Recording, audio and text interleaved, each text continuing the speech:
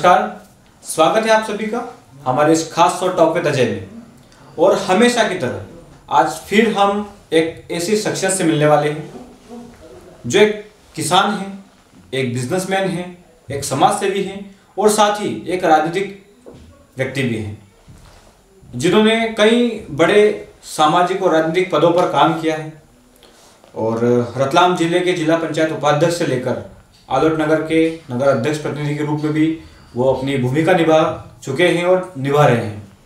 तो मैं स्वागत करता हूं हमारे आज के मेहमान श्री वीरेंद्र सिंह जी का।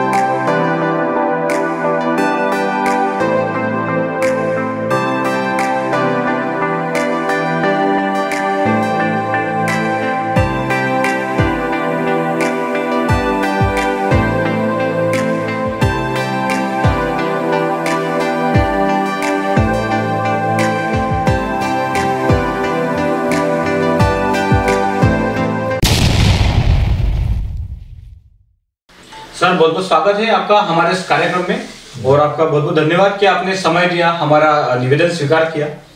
सर, आपके बारे में अभी हमने एक वीडियो देखा और बहुत कुछ पढ़ा भी है आपके बारे में। तो सर, पहला क्वेश्चन मेरा जो है आज के कार्यक्रम का वो यही है कि जो जीवन आपका रहा है बड़ा संघर्ष भरा रहा है, आप किस स्तर से उठकर आज इस बड़े मुकाम पर आए हैं, तो हम जानना चाहेंगे कि कैसे आपकी शुरुआत हुई, आपका व्यक्तिगत जीवन कैसा रहा है, आपका बचपन कैसा रहा है, हम जानना चाहेंगे इस कार्यक्रम के थ्रू। अजय जी, पहली बात तो यह है कि मैं बहुत अपने आप को आज भी बहुत छोटा सा मैं कार्यकर्ता मानता हूँ सामाजिक राजनीतिक क्षेत्र का। मेरा न तो मैं आज कोई अपने आप को बहुत प्रभावशाली मानता हूँ, न कोई बहुत बड़े पदों पर मानता हूँ। जो कुछ भी मैं आज हूँ अपने माता पिता की कृपा से और अपने इष्ट देव की आशीर्वाद से हूँ। जब बचपन में आप बहुत छोटे थे तो एक ऐसे घर में रहते थे जहाँ जिसको गांव की भाषा में टापरा कहते हैं। जी बिल्कुल। पिताजी और माताजी और हम लोग एक छोटे कमरे में जिसमें रहते थे। जब बारिश होती थी तो रात भर हम सो नहीं पाते थे क्योंकि वो बंदर उससे पहले उन टापरों पे कवेलू पे कूदते थे। बिल्कुल। वो फूट जाते थे टब कवेलू। वो जब फूट जाते थे तो वो जगह जगह उसमें पानी गिरता था, तो हम अलग अलग जगह उसमें कहीं तपेली, कहीं धामा, कहीं परात रख करके हम रात अपनी बिताते। मैं, पिता और मेरे माता तीनों। वो संघर्ष का दौर था और मेरे पिताजी से मैंने वो संघर्ष सीखा। उस दौर में भी वे बड़े स्वाभिमानी व्यक्तित्व थे। अपनी खेती किसानी से हमारा घर चलता था और बहुत सत्यवादी और प्रभु के प्रति बहुत समर्पित थे। मैंने उन्हीं की प्रेरणा से ईश्वर में मेरा मन लगा और एक आत्मविश्वास वहाँ से जागा। मैं जब ग्रेजुएशन करने के लिए उज्जैन गया, मैंने अपना ग्रेजुएशन BA LLB उज्जैन से किया। उज्जैन से ग्रेजुएशन और LLB करने के पश्चात जब भी आया, ग्रेजुएशन के पश्चात माता पिता की हर माँ बाप की इच्छा होती है कि कहीं कोई नौकरी करे।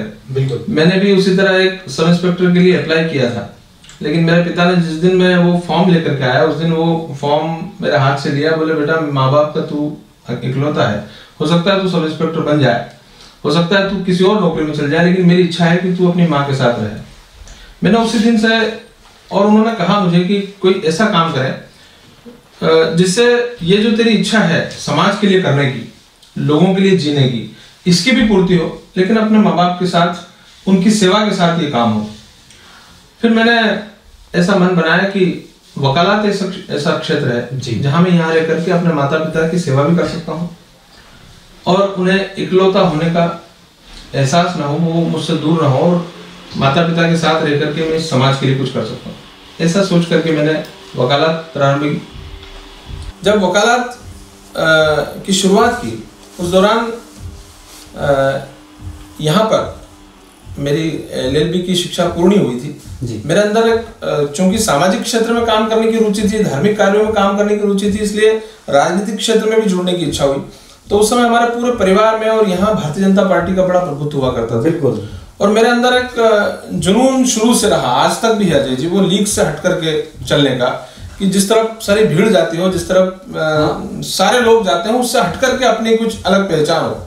इसलिए मैंने भारतीय जनता पार्टी और उसके बीच में जब मैंने ये तुलना की कि सारे लोग इस दिशा में हो, यानी भ्रमित से, मतलब कहीं आइडियोलॉजी के साथ नहीं, बस चूंकि सब लोग हमारे परिवार में भारतीय जनता पार्टी में, इसलिए भारतीय जनता पार्टी में। मेरे कुछ उस समय राम मंदिर का मुद्दा बड़ा प्रमुखता से 92 के बाद उठा था और बीजेपी बहुत कट्टर हिंदुत्व पर उस समय चर्चा करती थी।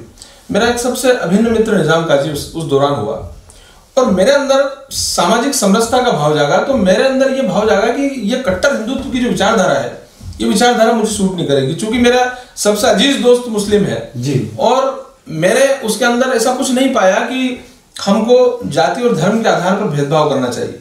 मैं उस आइडियोलॉजी के साथ कांग्रेस पार्टी से जुड़ा। मैं इसलिए कांग्रेस पार्टी में आया। मैं जब कांग्रेस पार्टी के कार्यकर्ता के रूप में मैंने काम शुरू किया, पहली बार एक विद्युत मंडल में कुछ लोगों को, एक ताजली गांव हमारे आलोट में पास में है, 97 की बात है, 1997 जी। तो उस गांव में बिजली की समस्या को लेकर के कुछ किसान हमारे पास आए थे। हम जब विद्युत मंडल में गए तो वहाँ का जो सुपरवाइजर था वो बड़ी बदतमीजी से लोगों से चर्चा कर रहा था। आज मुझे सुपरवाइजर का नाम ध्यान है। उन लोगों से बड़ी बदतमीजी से और बड़ा करप्शन का वो मैटर था, उन लोगों से ट्रांसफार्मर के लिए पैसे मांगे जा रहे थे। उस बात को लेकर के मेरा पहली बार उस अधिकारी से विवाद हो गया। उस विवाद ने ऐसा रूप लिया कि उसने मेरे खिलाफ झूठी एफआईआर करा दी। वो एफआईआर मेरे विरुद्ध पहली बार मैं इधर वकालत पूर्ण करके आया और यहाँ पहली बार मेरे विरुद्ध प्रथम सूचना रिपोर्ट दर्ज हो गई, अखबारों में छपा कि मुकदमा दर्ज हो गया मेरे खिलाफ। ये मैं राजनीतिक गुरु मेरे पिता को इसलिए मानता हूँ कि किसी भी परिवार में जब एक नया लड़का जिसके विरुद्ध थाने में एफआईआर दर्ज हो जाए तो सबसे पहले उसको उसके परिवार के लोग जो है हतोत्साहित करते हैं, कहते हैं ये क्या, तूने ये क्या कर लिया। बिल्कुल मतलब आपके विरुद्ध अगर एक प्रकरण रजिस्टर्ड हो तो हर नए लड़के के माता पिता यही कहते हैं। लेकिन मेरी जो राजनीतिक शुरुआत हुई, मैं उस घटना को मानता हूँ। मेरे पिता ने मुझे हिम्मत दी, साहस दिया, ताकत दी। मेरे पिता ने मुझे कहा कि क्या हुआ है। मैंने कहा ऐसा ऐसा हुआ था और मुझ पर मुकदमा दर्ज हुआ है। उन्होंने कहा कि बेटा राजनीति करना है और सत्य के लिए लड़ना है तो इन चीजों से कभी मत घबराना। मुझे कहा कि इस केस में तू जमानत मत करवाना, तू जेल जाना। मुझे मतलब कोई पिता शायद ही अपने पुत्र से ये बात कहे कि आप इस केस में जमानत मत करवाना, जेल जाना। मेरे पिता ने मुझे वो हिम्मत दी कि मैं तेरे साथ खड़ा हूं। अगर तुझे लगता है कि तुझे लोगों के लिए लड़ना है तो इन लड़ाइयों में बहुत तकलीफें आएगी, लोग तुझ पर आरोप लगाएंगे, लोग तुझे हरेस करने का प्रयास करेंगे, लोग तेरी हिम्मत को तोड़ने की कोशिश करेंगे। लेकिन वही समय होगा जब तू उन चीजों से उठ करके आगे जा पाएगा। तो मेरे अपने राजनीतिक जीवन में, यानी इस छोटे से मुकाम पे मैं जाऊं, उसमें सबसे बड़ा अगर श्रेय है तो मेरे माता पिता को जाता है। मेरे पिता ने मुझे वो हिम्मत दी और मुझे कहा कि नहीं, तू जेल भी जाना पड़े तुझे कभी इन रास्तों पे, तो तुझे हिम्मत हारने की जरूरत नहीं, हम तेरे साथ खड़े रहेंगे। उसके बाद में मैंने पीछे मुड़ करके नहीं देखा। कई बार ऐसे मौके आए, 17 प्रकरण मेरे विरुद्ध रजिस्टर्ड हुए अब तक, और उन सब मामलों में मैं बाइज्जत कोर्ट से बरी भी हुआ और उन चीजों की मैंने कभी परवाह नहीं की। इस तरह के राजनीतिक आंदोलन, चाहे चक्का जाम के केस हो, चाहे मुझे कई बार अपहरण जैसे झूठे मामलों में फंसाने का प्रयास किया गया अधिकारियों ने। इस तरह से जब मैं अति उत्साह में अपने लोगों के लिए लड़ाई लड़ता था तो अधिकारी मुझे डैमेज करने के लिए, चूंकि सरकारें, मैं जब से 2003 में मैं सक्रिय राजनीति में 2000 के बाद से हूँ, उसके बाद से लगातार भारतीय जनता पार्टी की सरकार रही हो। चूंकि मैं कांग्रेस के कार्यकर्ता के रूप में काम करता था अजय जी, तो स्वाभाविक था सरकारों की आंख में और विधायकों की आंख में खटकना। इस वजह से इन सब मुसीबतों का मुझे सामना करना पड़ा। लेकिन प्रभु की कृपा से आज लोगों का विश्वास हम पे है, ये देख करके मुझे अच्छा लगता है। बिल्कुल सर, क्योंकि आपका जो पूरा आपने एक परिचय दिया जीवन के बारे में, जिसमें आपने बताया कि माता पिता जो हैं वो आपके सबसे बड़े आइडल रहे हैं, तो ये वास्तविकता भी है कि जिनके ऊपर माता पिता का आशीर्वाद होता है वो तो आगे बढ़ेगा ही। एक सवाल मेरा इस सब चीजों से आया था। आपने बताया कि जहां पर मैं हूं वहां पर भाजपा का बड़ा गढ़ है, लेकिन फिर भी आप कई बड़े पदों पर रहे।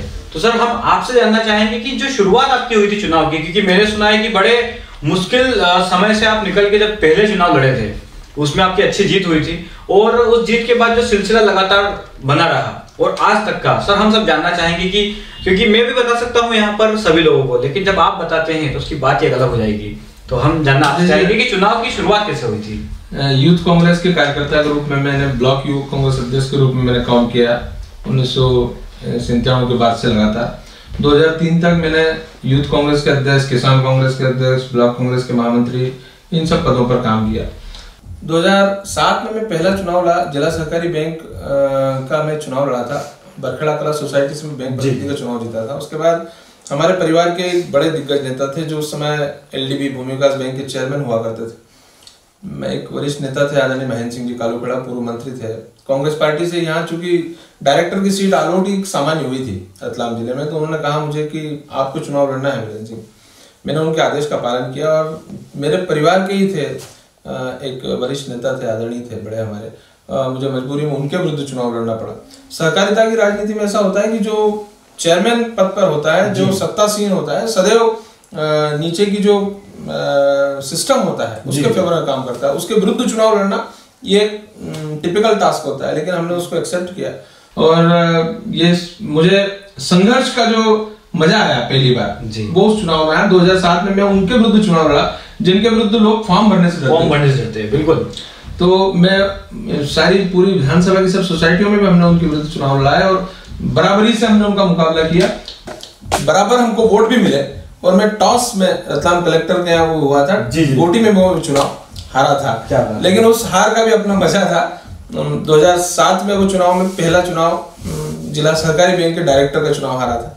उसके बाद बरखेड़ा कला से बैंक प्रतिनिधि तो जीता था, लेकिन डायरेक्टर का मैं हारा था। उसके बाद मैंने जनता में और ज्यादा मेहनत की। 2010 में जब यहाँ से अभी पूर्व मंत्री भारतीय जनता पार्टी के मनोहर ऊंटवाल मंत्री थे जी, उस दौरान जिला पंचायत की सीट यहाँ पे सामान्य हो गई। ये जो जिन पदों पे आज मैं हूँ और जिन पदों पे आगे भी जाने की, जिन पदों के माध्यम से मैं लोगों की सेवा करने के बारे में सोचता हूँ अजय जी, पता नहीं क्या ईश्वर की ऐसी देन है कि इन सब के बारे में मुझे पहले से ऐसे ख्यालात हैं, मतलब 10-20 साल से ऐसे दिमाग में माइंडसेट है कि मैं इन पद पे पहुंचूंगा। ऐसा विल पावर, मेरा ऐसा कॉन्फिडेंस कहता है कि मैं इन पदों पर पहुंचूंगा और इन पदों के माध्यम से मैं लोगों को काम करूंगा। तो मैं जिला पंचायत का सदस्य बनने के बारे में भी मैं बहुत पहले सोच चुका था। मैं छोटे चुनाव मैंने जब शुरुआत की 97-98 में, तब मैंने अपने मन में निश्चय किया कि मैं कभी भी छोटे चुनाव नहीं लड़ूंगा, यानी वार्ड पार्षद का या जनपद कहीं सरपंच या जनपद सदस्य, इस तरह के चुनाव में कभी नहीं लड़ूंगा। उस पर मैं आज तक कायम हूँ। मैंने इसी उद्देश्य को लेकर के नगर पंचायत, नगर से, आलोट नगर से मेरा नाम जो है मतदार सूची से कटवा लिया और मैं गांव में जहां मेरा मकान था वहां मैंने अपना नाम लिखवा लिया। 2010 में मैं जिला पंचायत का चुनाव लड़ा। यहाँ के भारतीय जनता पार्टी के कद्दावर नेता थे, वर्तमान जनपद अध्यक्ष हैं अभी वो, उनके विरुद्ध में जिला पंचायत चुनाव लड़ा। और सामाजिक जो वोट बैंक है ये आज की सच्चाई है राजनीतिक, बिल्कुल, लेकिन उसके बावजूद मैं विपरीत सामाजिक परिस्थितियों में उन जनता के बीच पहुंचा। मतलब 2010 में जिला पंचायत जिनके विरुद्ध में लड़ा था उनका सामाजिक वोट बैंक उस पूरे क्षेत्र में था, लेकिन प्रभु की कृपा रही और मैं रतलाम जिले में सबसे ज्यादा वोटों से जिला पंचायत सदस्य का चुनाव जीता। बहुत बड़ी बात। मैंने एक ख्वाब तब देखा था कि मैं जिला पंचायत का उपाध्यक्ष बनूंगा अगर सदस्य बना तो, लेकिन परिस्थितियां ऐसी हुई कि हम पूरे जिले से, रतलाम जिले से, 2 सेलाना से, 1 जावरा से और 2 हम आलोट से, 5 ही सदस्य हम कांग्रेस की जीत के गए। बाकी सारे मेंबर 10 भारतीय जनता पार्टी के और 1 जनता दल का जिले से जीता। तो इस कारण मेरा जो मेरा माइंडसेट था जिला पंचायत उपाध्यक्ष मुझे बनना है, चूंकि सीट अध्यक्ष की तो महिला थी, सही बात है, तो उपाध्यक्ष बनने का एक ख्वाब था, तो मुझे वो पूरा होता नहीं दिखा क्योंकि हमारे सदस्य बहुत कम थे।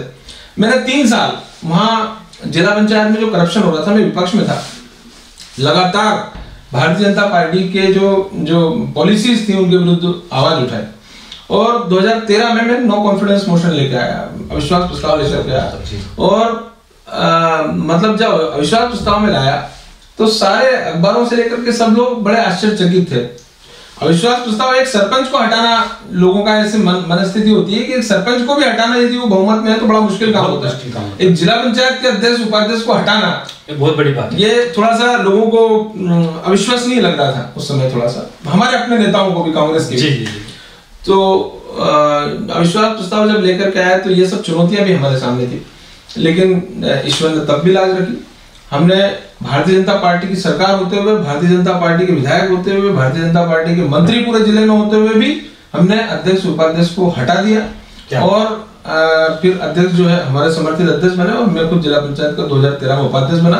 2015 तक मैंने जिला पंचायत के उपाध्यक्ष के रूप में काम किया। यानी वो सपना भी आपने पूरा किया जो आपका था। जी जी, ये बढ़िया है सर। जैसे आपने बताया कि आपका था, इसके अलावा भी शायद आलोट में आप अध्यक्ष हैं या आपके परिवार के कोई अध्यक्ष हैं, क्योंकि ये भी एक स्टोरी काफी अच्छी मेरे सामने आई थी। मैं बात कर रहा था एक व्यक्ति से आपके बारे में और वो विषय जब चल रहा था तो उस विषय में ये था कि महिला सीट थी यहाँ पर आलोट में और उस समय का कुछ एक किस्सा है, तो वो आपके माध्यम से अगर हम जानेंगे ज्यादा अच्छा लगेगा। नगर पंचायत भी अपने आप में वो भी मतलब अविश्वसनीय किस्सा है विजय जी। मेरी जिंदगी में जो कुछ भी मैं जिस मुकाम पे हूँ, मैंने पहले भी कहा कि ये चमत्कारों की दुनिया ज्यादा है। मतलब मैं इसीलिए प्रभु को समर्पित करता हूँ इन सब चीजों को, इसीलिए अपने हनुमान जी को समर्पित करता हूँ, क्योंकि ये इंसान की बस की बात ऐसी होती नहीं है। 2015 में मैं जब रिजर्वेशन हुआ नगर पंचायत अध्यक्ष आलोट का महिला के लिए आरक्षण, ये भी मेरे माइंड सेट में पहले से था कि ऐसा होगा, इसलिए मैंने माता जी का नाम यहाँ नहीं कटवाया था। तो जब ये महिला सीट के लिए रिजर्व हुआ तो मैंने इच्छा जाहिर की पार्टी से, लेकिन तब तत्कालीन एक बड़े नेता थे कांग्रेस पार्टी के, वो यहाँ सांसद और विधायक भी थे, उनसे किसी कारण से उनको हमारे बारे में कुछ गलतफहमियां हो गई और उन्होंने हमारी टिकट का विरोध किया। उन्होंने कहा नहीं, इनको टिकट नहीं मिलेगी जी। और उन्होंने बहुत ताकत से अपोज किया, और उनका जो स्थान था उस समय कांग्रेस पार्टी की राजनीति में, भोपाल और दिल्ली में उनका कद इतना बड़ा था कि उनके सामने हम जैसे बहुत छोटे कार्यकर्ता थे।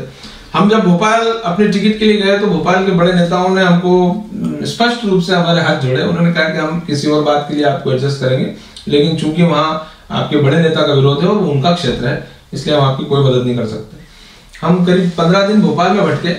हमें जब कोई रहा वहां पे उजाले की नहीं दिखी, तो हमने हिम्मत हार के, आमतौर पे ये होता है कि अटैची लेकर आदमी अपने घर लौटाता है, लेकिन मैं अटैची लेकर फ्लाइट से दिल्ली चला गया जी।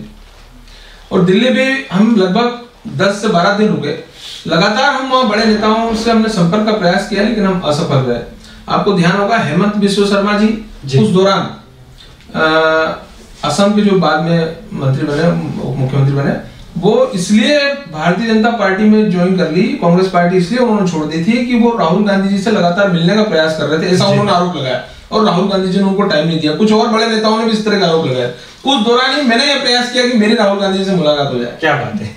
लेकिन 8-10 दिन लगातार हम जब दिल्ली में डटे रहे, एक दिन अचानक मेरे अभी आज वर्तमान में जो आलोट सुविधा है मनोज चावला और मेरे अजीज दोस्त है निजाम गाजी जी, हम तीनों दिल्ली में थे।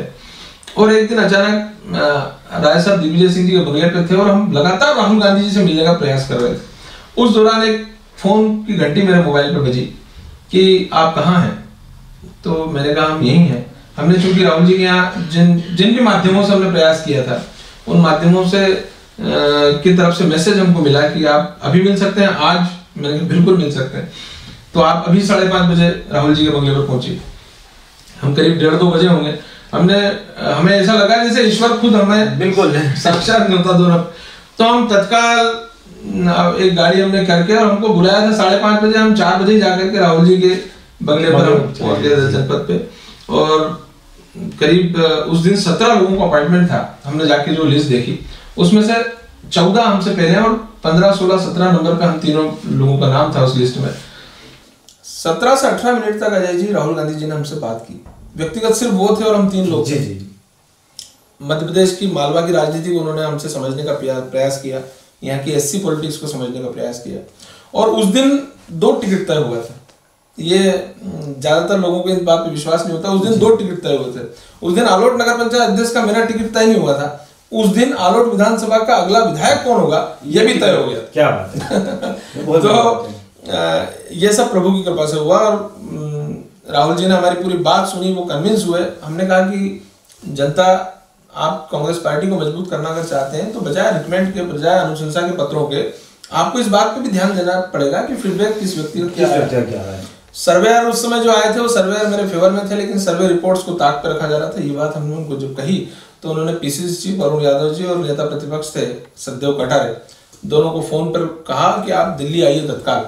दोनों को दिल्ली बुलाया और कहा कि ये मध्य प्रदेश में, सिर्फ आलोट नहीं, मध्य प्रदेश में जो भी सर्वे रिपोर्ट सर्वेयर्स की आई हैं, आप उन पर गौर करिए, उनको तवज्जो दीजिए और किसी नेता की अनुशंसा मानने की आपको जरूरत नहीं है। आप फेयर टिकट वितरण कीजिए। ये सब पूरे, तो वो अरुण यादव जी भी बड़े प्रसन्न हुए पूरी घटना से कि चलो तुमने हमारा काम आसान कर दिया। क्योंकि प्रदेश अध्यक्ष को भी ये प्रेशर रहता था। हमारे यहाँ खेमेबाजी आप सब लोग परिचित हैं, बिल्कुल थी, कहीं ना कहीं वो ऐसा था। तो उस चीज से बहुत आसान सब चीजें होती गई। और अरुण यादव जी ने हमको आश्वस्त किया कि टिकट तुम्हारा तय हो चुका है। पार्षद से लेकर अध्यक्ष तक हम चुनाव लड़े और चुनाव भी बहुत अच्छे वोटों से जीते। 5 साल लगातार नगर पंचायत अध्यक्ष के रूप में माता जी ने काम किया, उनके सहयोगी के रूप में मैंने काम किया, क्योंकि जनता, माता जी मेरी एक गृहिणी थी, बिल्कुल उनका राजनीतिक कोई लेना देना उन सब चीजों से नहीं था, लेकिन चूंकि महिला सीट थी तो इसलिए उन्होंने चुनाव लड़ाया था। तो एक बहुत नगर पंचायत में भी इससे पहले भी नगर पंचायत अध्यक्ष के रूप में कई लोगों ने यह काम किया है। मेरी उपलब्धि में ये मानता हूं कि जो इलेक्शन मैनिफेस्टो आपका होता है, आप कि कहीं ना कहीं गीता, कुरान, बाइबल को होता है, बिल्कुल आप उस पर कितना अमल कर पाते हैं, इस पे ही आपकी चीजें डिपेंड करता है, फ्यूचर डिपेंड करता है। मैं इस बात से बहुत संतुष्ट हूं कि उस इलेक्शन मैनिफेस्टो का 99% हमने फुलफिल करने का प्रयास किया।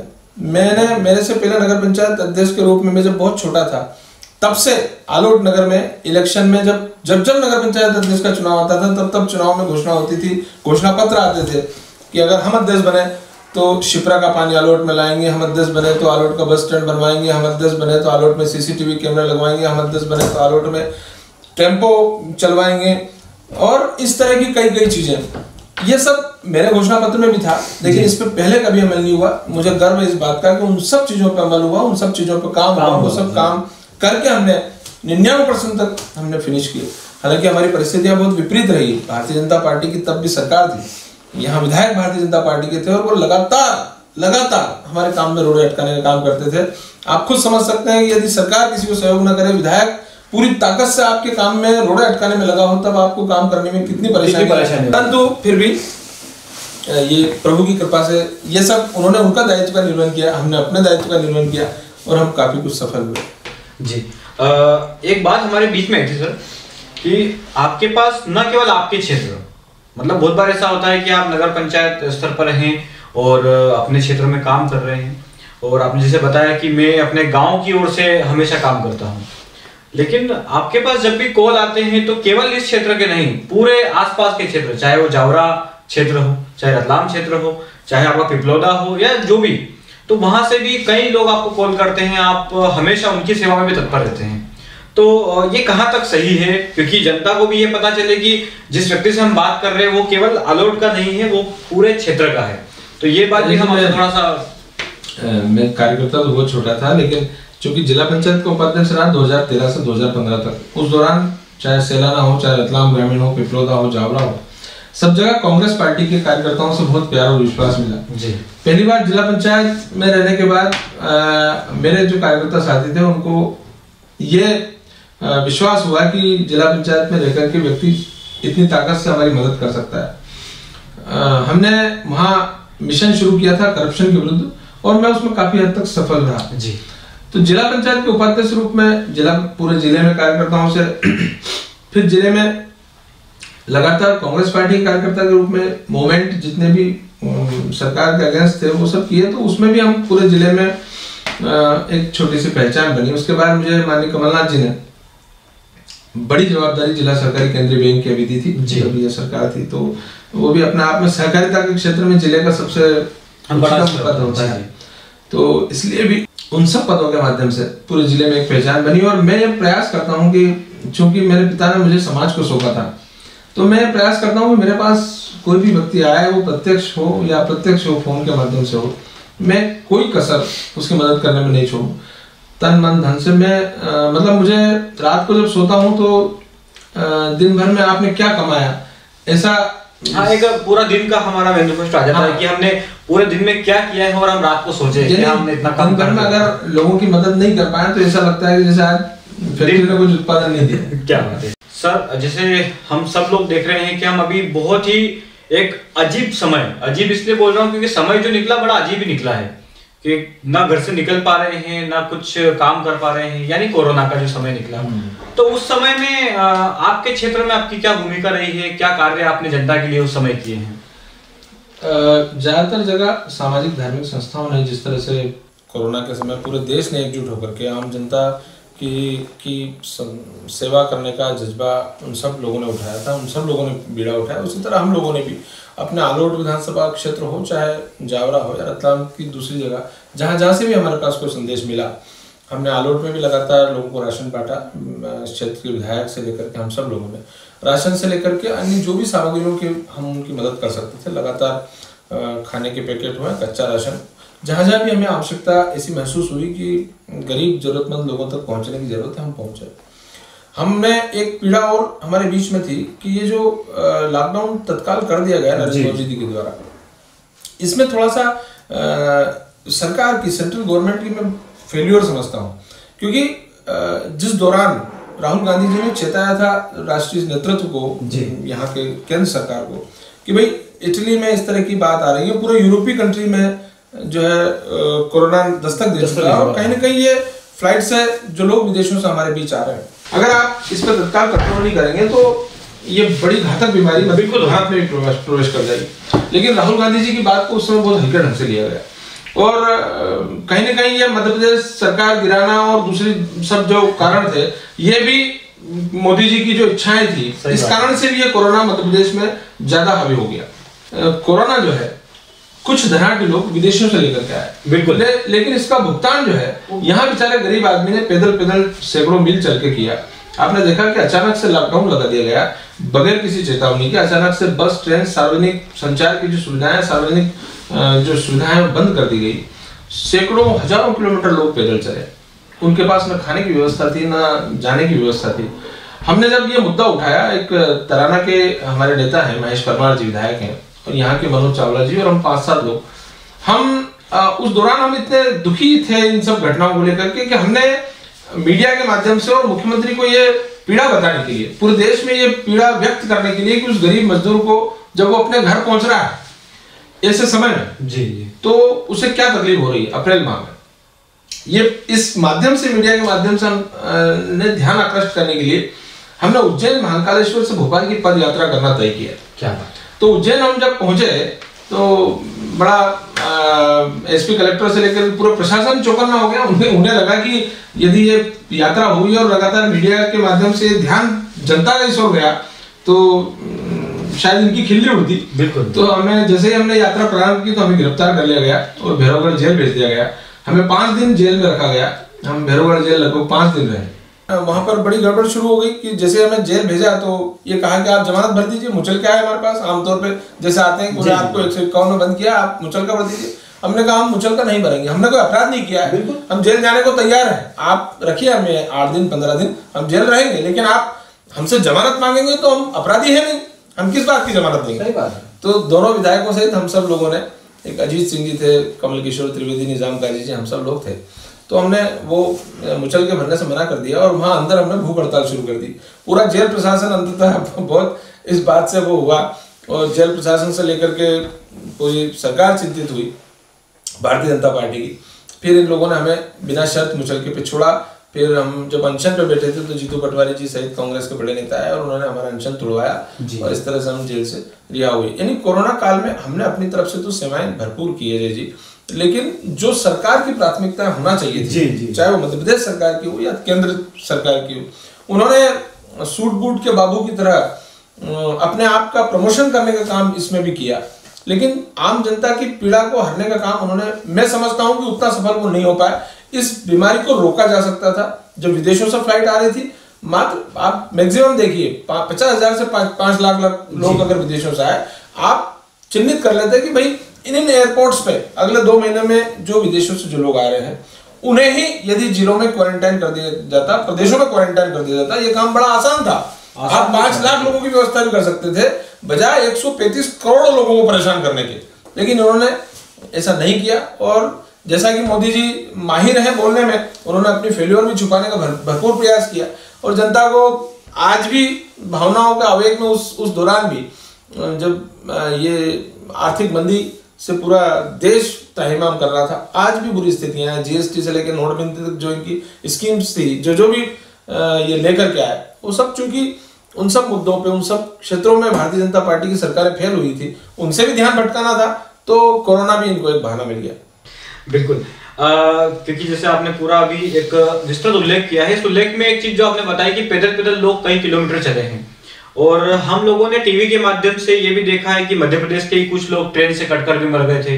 कई लोगों ऐसे थे जिनकी मृत्यु हो चुकी है घर पहुंचने से पहले। एक किस्सा हमने देखा था कि वो लगभग 7 किलोमीटर दूर बचा था अपने गांव से और उसकी मृत्यु वहां पर हो गई थी। चलिए, ये तो कोई राजनीतिक और कुछ ऐसी बातें, लोग आपके बारे में भी जानना चाहते हैं, क्योंकि हमें पता है कि वीरेंद्र सिंह जी हैं और जनता को भी पता है, लेकिन जनता को भी आपकी कुछ ऐसी चीजें होंगी वो जानना चाहेंगे। तो कुछ क्वेश्चन है मेरे जो मैं आपसे जानना चाहूंगा और जनता भी जानना चाहेगी। तो सर, हम अपना एक रैपिड फायर जो हमारा राउंड होता है, जिसमें हम कुछ क्वेश्चंस करते हैं आपसे, जिनका जवाब आपको बिना सोचे देना है, यानी जो आपके मन में आए, और 2-3 सेकंड 4 सेकंड आप ले सकते हैं। तो पहला क्वेश्चन हम फिल्मों से ले लेते हैं। आपके फेवरेट एक्टर का नाम क्या है? अमिताभ बच्चन। चलिए, फेवरेट एक्ट्रेस का नाम? शर्मिला टैगोर।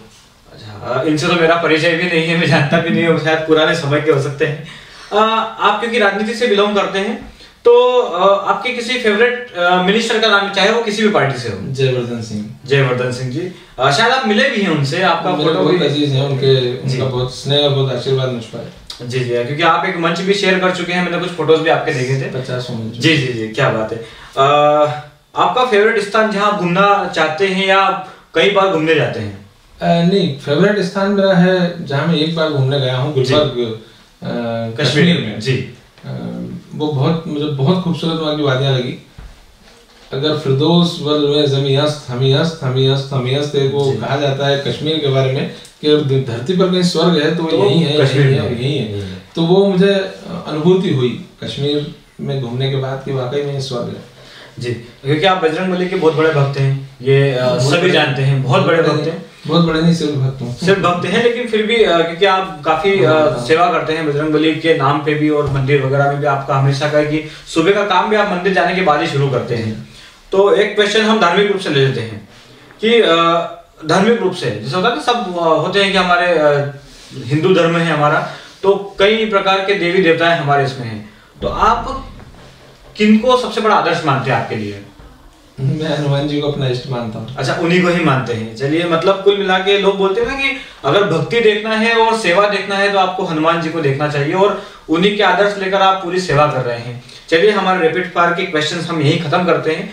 पूरे रतलाम जिले की जनता आपसे जुड़ी हुई है और पूरे प्रदेश की जनता जुड़ी हुई है, लेकिन आप जो क्षेत्र आपका हमेशा काम करने का होता है वो आलोट और जावरा क्षेत्र आपका मजबूती से जो आप काम करते हैं यहाँ पर, तो क्या योजनाएं हैं आपकी इन दोनों क्षेत्रों को लेकर? देखिए, सिर्फ एक उद्देश्य है कि आम आदमी के लिए काम हो, उसे न्याय मिले।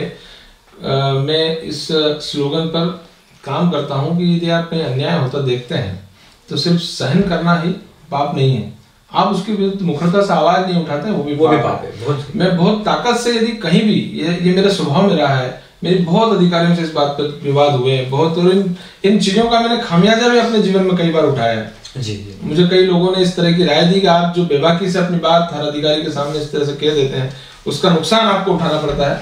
मैं नफा और नुकसान सिर्फ एक बात को मानता हूं, यदि आप ऐसी कोई चीज खो देते हैं जिसे वापस प्राप्त नहीं किया जा सके, जिसे खरीदा नहीं जा सके, वो जीवन में नुकसान होता है। आपके परिवार का कोई सदस्य चला जाए, यदि आपका मान सम्मान चला जाए, आपका स्वाभिमान आप नहीं बचा पाए, वो नुकसान होता है जिसे वापस प्राप्त नहीं किया जा सकता। वो ऐसा कोई नुकसान नहीं होता जो राजनीति में होता है कि ये पद चला गया, कुछ पैसा चला गया, या कुछ पैसा अर्जित होने वाला था, या आप किसी अधिकारी से ज्यादा सांठगांठ रखते, ज्यादा पैसे कमा लेते। ये सब नुकसान मैं नहीं मानता हूँ कि ऐसा कोई नुकसान होता है। मैं जो बोल रहा हूँ अजय जी, मैं उस पर कायम रहता हूँ। मैं वैसा ही जैसा बोल रहा हूँ वैसा ही हूँ। व्यक्तिगत रूप से मैं थोड़ा सा निर्भय और खुश रहने में ज्यादा विश्वास करता हूँ।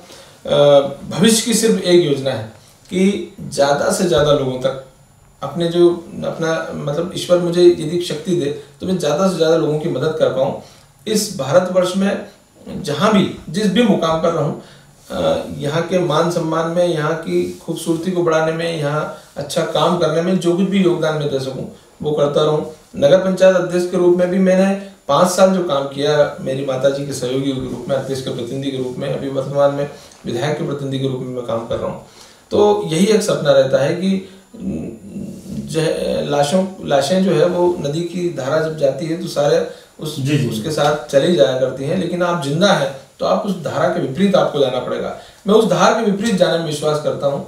मैं सोचता हूँ कि संकट चाहे कितने आ जाए, मुसीबतें चाहे कितनी आ जाए, लेकिन यदि आप अपने निश्चय के प्रति दृढ़ प्रतिज्ञ हैं तो निश्चित रूप से एक दिन सफलता आपके कदम चूमेगी। आप निसंदेह और मैं सब मेरे युवा साथियों को ये संदेश मेरी ओर से निवेदन है, संदेश तो देने लायक में नहीं हूँ, कि आप सब भी अपने मन में एक निश्चय कीजिए, एक उद्देश्य बनाइए और उस उद्देश्य की प्राप्ति के लिए लग जाइए। शुरू में जब आप अपना कोई उद्देश्य बनाए तो वो उद्देश्य भी इतना बड़ा हो कम से कम कि लोग उस बात को सुनकर के हंस दें कि इट्स नॉट पॉसिबल। लेकिन असंभव शब्द तो सिर्फ उन लोगों के लिए बना होता है जो उसे संभव करने का प्रयास कम ताकत से करते हैं, कम हिम्मत से करते हैं, कम मेहनत से करते हैं।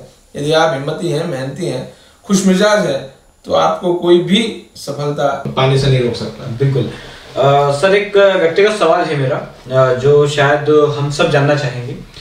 व्यक्तिगत सवाल ये है क्योंकि परिवार को लेकर है। जैसे आपने बताया कि आपके पिताजी का देहांत कई वर्षों पहले हो चुका था, 10 वर्ष पहले। उसके बाद से आप अकेले थे घर में काम करने वाले, और आपने बताया कि पारिवारिक स्थिति भी उस समय इतनी मजबूत नहीं थी।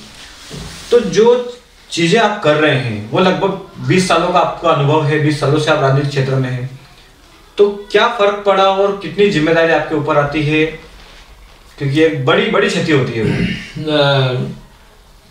मेरे जीवन में आर्थिक रूप से हम जो मजबूत हुए हैं उसमें एक बहुत, आप ये देखिए अजय जी कि आज के समय में जो भौतिकतावादी समय है, भाई भाई का नहीं होता है, भाइयों में बंटवारे होते हैं, भाइयों में भी झगड़े होते हैं। मैं अपने आप को बहुत सौभाग्यशाली मानता हूँ कि मुझे ऐसे मित्र मिले जिनके सामने भाई शब्द छोटा है। जी, मेरे मित्र निजाम काजी जी हों, चाहे अकबर कापड़िया जी हों, अलग अलग समाज से हम लोग दोस्त हैं और हम लोग बिजनेस पार्टनर लोग कहते हैं, लेकिन ऐसा है नहीं। पार्टनर शब्द तो वो होते हैं वहां उपयोग होता है जहां दो होते हैं जी। हम एक समझते हैं अपने आप को। हमारे बीच में कभी 20 साल 25 साल में कभी कागज कलम लेकर के हिसाब नहीं हुआ कि किसने क्या लगाया और किसने क्या लिया जी।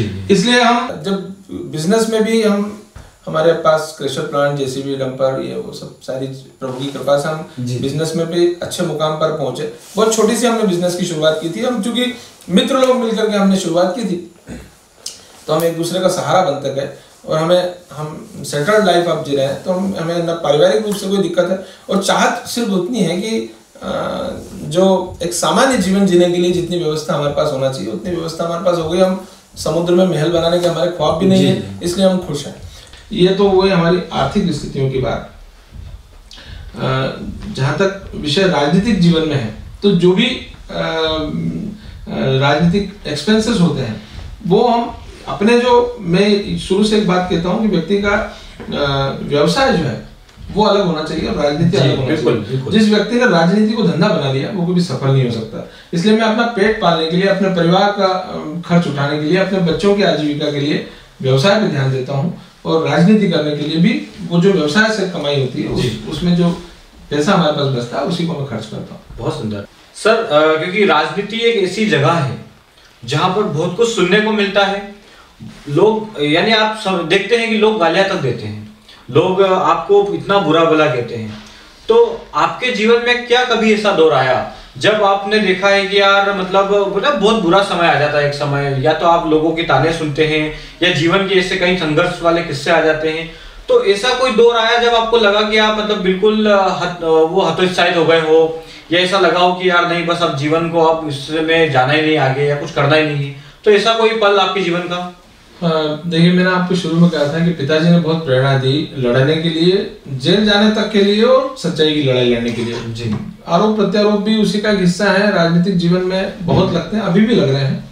और ये भी सही है कि मुझे इन बातों से हिम्मत मिलती है कि जिस पेड़ पर फल होते हैं उसी पर पत्थर मारे जाते हैं। बबूल पर तो कोई पत्थर मारता नहीं। बिल्कुल। अगर मैं अपने घर बैठूंगा, घर सो जाऊंगा, कुछ नहीं करूंगा तो कोई लगेगा ना प्रत्यारोप होगा।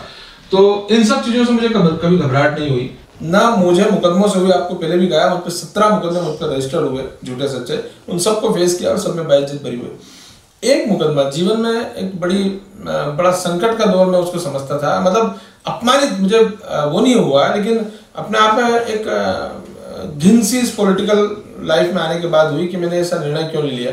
माताजी नगर पंचायत के अध्यक्ष थी, भारतीय जनता पार्टी की सरकार और विधायक इस बात से बेचैन थे कि हम लोग आलोट नगर में जिस स्पीड से काम कर रहे थे, यहाँ बगीचे बनाने की बात हो, यहाँ सड़कें बनाने की बात हो, यहाँ नक्षत्र गार्डन बनाने की बात हो, यहाँ सीसीटीवी कैमरा और सार्वजनिक सूचना तंत्र की बात हो, कई ऐसे काम हमने यहाँ आलोट में नई विचारधारा के साथ काम किए जो जनता को बहुत पसंद आते थे। स्वच्छता के लिए नरेंद्र मोदी जी ने जब घर घर कचरा संग्रहण वाली बात की, उससे 1 साल पहले ही हमने घर घर कचरा संग्रहण यहाँ शुरू कर दिया जी। तो इन सब बातों को लेकर के भारतीय जनता पार्टी बहुत चिंतित है। वो लगातार हमारे विरुद्ध शिकायतें और किसी तरह उलझन में एक उस दौरान ही 2015-16 में एक अधिकारी से इसी तरह के किसी विषय को लेकर के मेरा विवाद हो गया। उसने भारतीय जनता पार्टी के कुछ पार्षदों को के सांठगांठ करके, कुछ और बड़े नेताओं से सांठगांठ करके एक प्रकरण हमारे विरुद्ध रजिस्टर करा दिया। आप ये देखिए कि यदि किसी सरपंच के विरुद्ध भी आपको कोई प्रकरण रजिस्टर कराना हो तो शोकाज नोटिस देकर के उससे पूछा जाता है कि आप क्या कहना चाहते हैं, आपसे जवाब लिया जाता है। यानी हमें एक एससीएन तक नहीं दिया गया, हमें कारण बताओ सूचना पत्र तक नहीं दिया गया और मात्र कुछ कागजों को उठा करके नगर पंचायत से ले जा करके सीधे थाने में एफआईआर करा दी गई। वो एफआईआर हुई मदर के विरुद्ध, चूंकि अध्यक्ष वो थी, मदर और सीएमओ के विरुद्ध। वो जीवन का बड़ा कठिन दौर था और भारतीय जनता पार्टी, हम राजनीति में इतनी शुचिता में विश्वास करते हैं कि कम से कम आरोप प्रत्यारोप अपनी जगह है जी, प्रतिस्पर्धाएं अपनी जगह है, लेकिन व्यक्तिगत संबंधों पे जो है उनको हम कम से कम ना कुचलें।